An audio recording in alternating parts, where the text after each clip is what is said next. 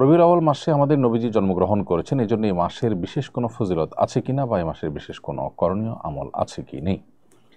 রবিউল আউয়াল মাস শুরু হয়েছে। এ মাস আমাদের প্রিয় নবী সাল্লাল্লাহু আলাইহি সাল্লামের জন্ম এবং মৃত্যুর মাস। বিশুদ্ধ মত অনুযায়ী এই মাসেই তিনি জন্মগ্রহণ করেছেন এবং এই মাসেই তার মৃত্যু হয়েছে। তো সে কারণে এই মাসটি বিশেষ তাৎপর্যপূর্ণ, সেটি বলবার অপেক্ষা রাখে না যে যে মাসে নবী সাল্লাল্লাহু আলাইহি সাল্লামের জন্ম এবং মৃত্যু হয়েছে সে মাসটি যে বিশেষ তাৎপর্য রাখে সেটি খুবই স্বাভাবিক, যে এটি গুরুত্বপূর্ণ মাস।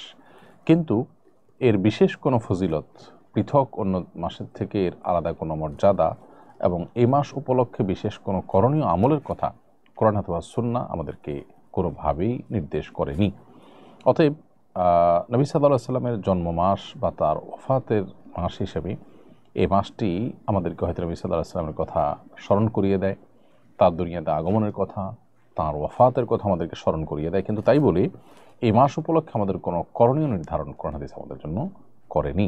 সেই জায়গা থেকে আমাদের এই মাসকে কেন্দ্র করে নিজেরা কোনো আমল বানিয়ে নিলে সেটি বরং বেদাতে পর্যবসিত হতে পারে, সেদিকটি আমাদের খেয়াল রাখতে হবে।